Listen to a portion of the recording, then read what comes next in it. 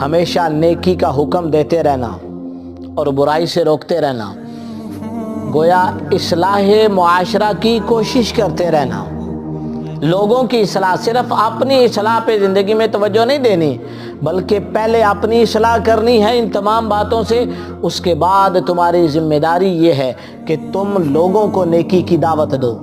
اب بڑے خوبصورت جملے ہیں یہ کہ وَأْمُرْ بِالْمَعْرُوفِ، نیکی کا حکم دو۔ اب یہ بڑا آسان ہے، نیکی کا حکم دینا۔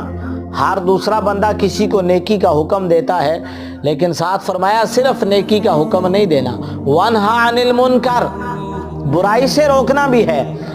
اب برائی سے روکنا مشکل کام ہے، کسی کو یہ کہنا کہ جناب آپ ملاوٹ کر رہے ہیں نہ کریں، مشکل کام ہے۔